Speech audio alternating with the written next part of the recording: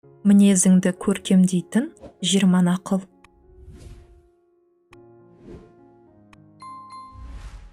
Ауру тек денеде ғана болмайды, мінезде де бар. Егер біреуден жаман мінез көрсең, оған шипа сұрап, дұға қыл. Оған жабысқан кеселден сені сау қылған Аллаға мақтау айт.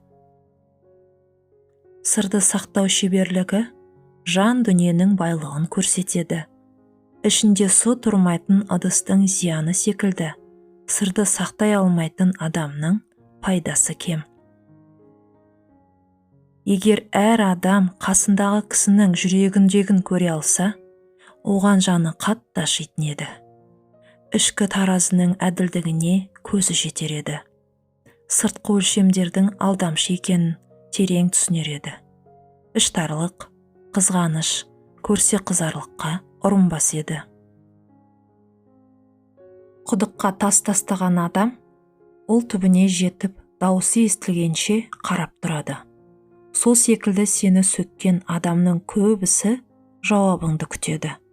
Ұстамдылықпен көркем мінез таныт. Өткізіп жібер.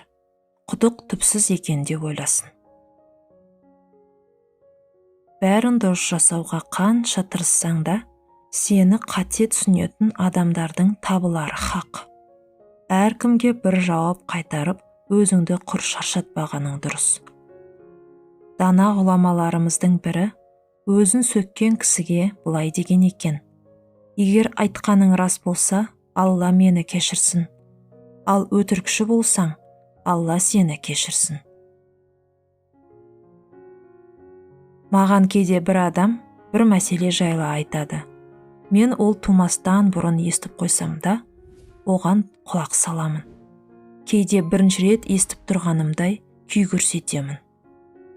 Өзің онсыз да жақсы білетін нәрсе жайлы біреу әңгімелеп жатса, оның сөзін бөлмей, білетініңді білдіріп, жүрегін жараламай, көңіл бөліп, құлақ салуың мінез құлықтың аса көркемдігіне жатады. Адамдар саған таң қалып жатса, оған масаттанып, мақтанба. Себебі олар сенің Алла жарыққа шығарған жақсы жақтарыңды ғана көріп жатыр. Ал олар сенің Алла жасырған жаман жақтарыңнан хабарсыз болғанына шүкір де. Егер сөз шынымен жүректен шыққан болса, онда ол міндетті түрде жүрекке кіреді. Ал ол тек тілден шыққан болса, құлақтан араспайды. Дұрыс нәрсені тез танып, жүрекпен түсініп, шынайы жанашырлықпен айтпасаң, ісің бекер. Адамдар сенің сыртыңа қарайды. Жаратушың ішіңмен, жан дүниеңмен бағалайды. Пенделер үшін сыртыңды ғана әдемілеумен әуре боп, ішкі әлеміңді ұмыт қалдырып, ластап алма. Кезінде Керен Хатим деген ғұлама өмір сүрген екен. Бір күні оған бір кісі келіп, бір мәселе жайлы жауап сұрайды. Сол-ақ екен, әлгі кісі байқаусызда жел шығарып қояды. Сол кезде Хатим естімегенсіп, даусыңды жоғарып көтеріп сөйлеші, дейді. Келген кісіге өзін керең секілді сездіртеді. Осылайша басқалардың қателігінен құлағын тыйған ол Хатим Керең деген атпен тарихта қалған екен. Көздер ұмытпасын десең, әдемі киін. Көңілдер ұмытпасын десең, көркем мінезді бол. Адамдардың біразы өміріңді сенен бір нәрсе үйрену үшін бақылайтын болса, басқа бір бөлігі қателіктеріңді теру үшін аңдиды. Екі топта саған таң. Бірі махаббатпен, екіншісі іштарлықпен.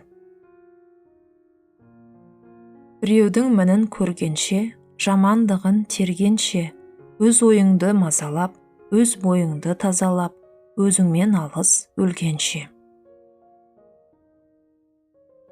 Мінез құлқыңның жоғары өрлеуінің басы, өзгелердің қателіктерін сөз қылмай, көз жұма қарауыңда.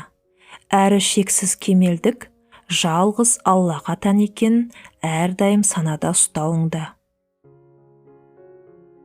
Кім өзінің жақсы жақтарынан басқаны көрмей, әрі өзгенің кемшіліктерін ғана көруді әдетке айналдырған болса, соқыр кісі одан артық болса керек. Көркем мінез өзгелердің нашар мінезі арқылы қалыптасады. Адамның мінезі көркемделе түссе, жау азайып, досы көбейе түседі. Қиын істер жеңілдеп, қатты жүректер жұмсарады. Мұхаммед ибн Сирин, оған Алланың рахымы болсын, былай деген екен: егер саған бір бауырың жайлы жағымсыз хабар жетсе, оны ақтайтын себеп ізде. Ондай себеп таппасаң, мүмкін оның мен білмейтін себебі бар шығар де. Адамдардың саған қандай қарым-қатынаста болғанын жақсы көрсең, сен де оларға дәл сондай қарым-қатынас жаса. Қазақ тілді арнамыздың дамуын қолдасаңыз, лайк басып, ойыңызбен бөлісіп, тіркеліп қойыңыз. Бізбен бірге болыңыз.